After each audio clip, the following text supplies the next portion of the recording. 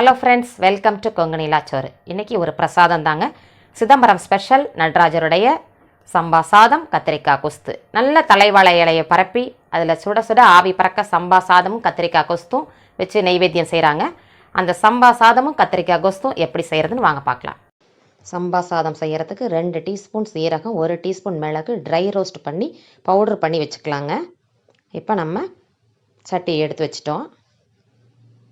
தேவையான அளவு நெய் தாங்க. நெய்யில் தான் செய்யணும் பிரசாதம். நெய் நல்லா காஞ்சிருச்சுங்க. முந்திரி தேவையான அளவு ஃப்ளேவருக்கு நம்ம போட்டுக்கலாம். கருகாமல் செவர வதக்கி விட்டுக்கணும். நல்லா செவந்து வந்துக்கிட்டே இருக்குது பாருங்கள். பிரசாதம் ரொம்ப டேஸ்டியாக இருக்குங்க. கருவேப்பிலை சேர்த்து நம்ம வதக்கிக்கிறோம். அதை எடுத்து அப்படியே ட்ரான்ஸ்ஃபர் பண்ணிக்கிறோம் இந்த பிளேட்டுக்கு. இப்போ அந்த நெய்யிலேயே இந்த சாதத்தை போட்டுக்கிறோம். நெய் வேஸ்ட் ஆகாமல் நமக்கு அப்படியே கிளறி கொடுத்துட்டு இந்த பவுட்ரு, முந்திரி, கருவேப்பிலை எல்லாத்தையும் சேர்த்து நம்ம கலந்து விட்டுக்கலாங்க. சாதம் நல்லா பொல இருக்கணும் சாதம். இது தேவையான அளவு இந்த சாதத்துக்கு உப்பு போட்டுட்டா அப்படியே கிளறி கொண்டு வந்துட வேண்டியதாங்க. நம்மளுடைய நடராஜருடைய சம்பா சாதம் ரெடி ஆகிட்டுங்க.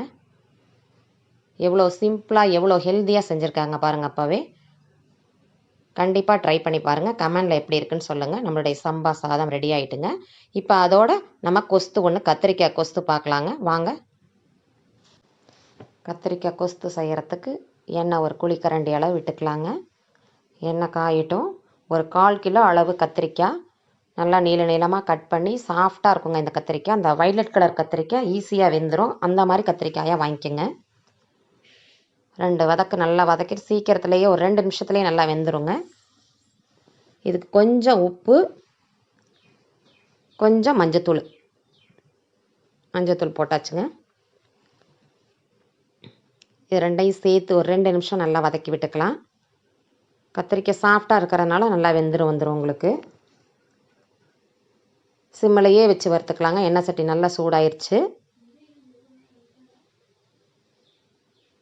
பாருங்கள். நல்லா வந்துருச்சு பாருங்கள். இதை அப்படியே மிக்ஸி ஜாருக்கு ட்ரான்ஸ்ஃபர் பண்ணிக்கலாம். கொஞ்சம் ஆற விட்டுக்கலாங்க. ஒன்றும் பாதியுமாக அரைச்சிக்கிறணும். முழுசாக கொலன்னு மாவு மாதிரி அரைச்சிடக்கூடாது. இப்போ அதே எண்ணெய் சட்டியிலேயே எண்ணெயை கொஞ்சம் காய வச்சுட்டு கடுகு, உளுத்தம்பருப்பு நல்லா வறுத்து விட்டுக்கலாங்க.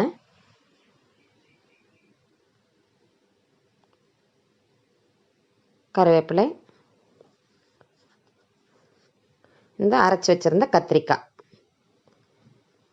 இந்த கத்திரிக்காயை போட்டு நல்லா வதக்கலாங்க. நமக்கு சைட் டிஷ்ஷாக நம்ம எந்த ஐட்டத்துக்கு வேணாலும் யூஸ் பண்ணலாம். நம்ம வீட்டுக்கு செய்கிறப்ப வெங்காயம் சேர்த்துக்கலாம். சாமி பிரசாதம் கத்திரிக்காய் மட்டும்தாங்க போட்டு வதக்கணும். இப்போ புளி ஒரு சின்ன நெல்லிக்காய் அளவு புளி கரைச்சி ஊற்றிக்கிறோம். இந்த கத்திரிக்காயும் அந்த தண்ணியும் முங்குற அளவுக்கு இருக்கணும். கரெக்டாக இருக்கும். தண்ணி நிறைய சேர்த்துடக்கூடாது. இது கெட்டியாயிரும். தேவையான அளவு உப்பு போட்டுக்கலாம். குழம்பு மாதிரி பண்ணக்கூடாது. ஆற கெட்டியாயிருங்க. நல்லா பச்சை வாசம் போகிற வரைக்கும் நல்லா வெயிட் பண்ணலாம். பச்சை வாசம் போயிட்டுங்க. இதுக்கு ஒரு பொடி தாங்க. இந்த பொடி நல்லா டேஸ்ட்டாக இருக்கும். ஒன்றும் பாதியமாக குறப்பாக அரைச்சி வைக்கணும். மிளகாய், மல்லி, கடலைப்பருப்பு, பெருங்காயம் இது 4ஐயும் எண்ணெயில் வறுத்துட்டு பவுட்ரு பண்ணி கரகரப்பாக எடுத்து வச்சுருக்கதை நம்ம இப்போ போட்டுக்கிறோம். இது போட்டோன்னா நம்ம திக்காக கடலைப்பருப்பு போட்டிருக்கனால திக்காக இருக்குங்க. இந்த பவுட்ரு நல்ல டேஸ்ட்டாக இருக்கும். இதுக்கு ப்ளஸ் பாயிண்ட்டே இந்த பவுட்ரு தாங்க. ஆறிடுச்சு. இப்போ கொஞ்சோண்டு நாட்டு சக்கரை போடுறேன்.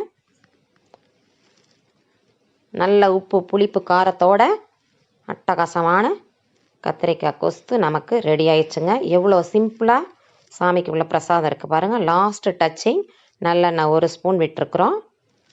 பார்க்க எவ்வளோ கலர்ஃபுல்லாக இருக்குது பாருங்கள். நம்மளுடைய கத்திரிக்காய் கொஸ்து ரெடிங்க. கண்டிப்பாக ட்ரை பண்ணி பாருங்கள். பிரசாதம் எப்படிங்க இருந்துச்சு? இந்த கொஸ்து ப்ளைன் ரைஸுக்கு, இட்லி, தோசை, சப்பாத்தி, தயிர் சாதத்துக்கு ரொம்பவே சூப்பராக இருக்கும். பொங்கலுக்கும் டேஸ்ட்டாக இருக்குங்க. கண்டிப்பாக ட்ரை பண்ணி பாருங்கள். கமெண்டில் எப்படி இருக்குன்னு சொல்லுங்கள். இந்த வீடியோ பிடிச்சிருந்தா லைக் பண்ணுங்கள், ஷேர் பண்ணுங்கள், கமெண்ட் பண்ணுங்கள், சப்போர்ட் பண்ணுங்கள், சப்ஸ்கிரைப் பண்ணுங்கள். கண்டிப்பாக மறக்காமல் பக்கத்தில் இருக்க பெல் ஐக்கானை கிளிக் பண்ணுங்கள். அடுத்த ஒரு பிரசாதத்தில் பார்க்கலாங்க.